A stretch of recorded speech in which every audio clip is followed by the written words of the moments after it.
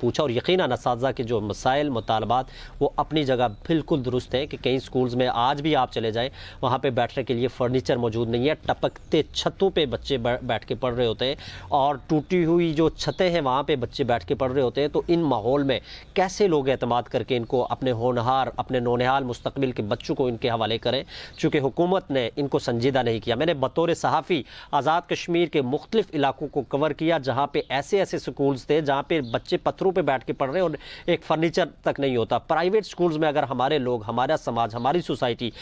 Donation دینے کے لیے تیار ہوتے ہیں،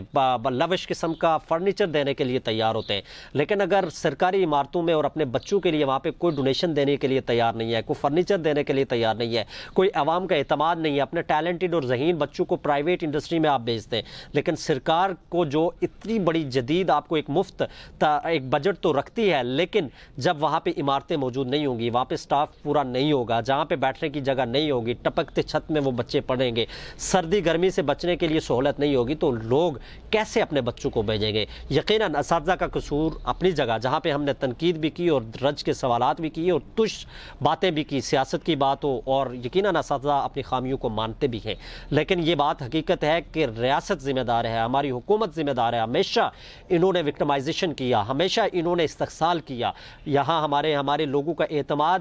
بحال نہ کروانے میں سب سے بڑی قصوروار میرے خیال میں حکومت وقت بھی اس لیے ہے کہ انہوں نے اگر بجٹ تو دیا، لیکن اگر ڈیولپمنٹ سیکٹرز کی بات کریں، دیگر مسائل کی بات کریں، تو وہ ایسے ہے کہ کوئی بھی نہیں چاہتا کہ ان اساتذہ کے تعاون کے لیے اپنے بچوں کو ان پہ بھیجیں۔ مجھے اور میرے پروگرام، میرے ساتھ مہمان شخصیت کو اجازت دیجیے۔ اللہ حافظ۔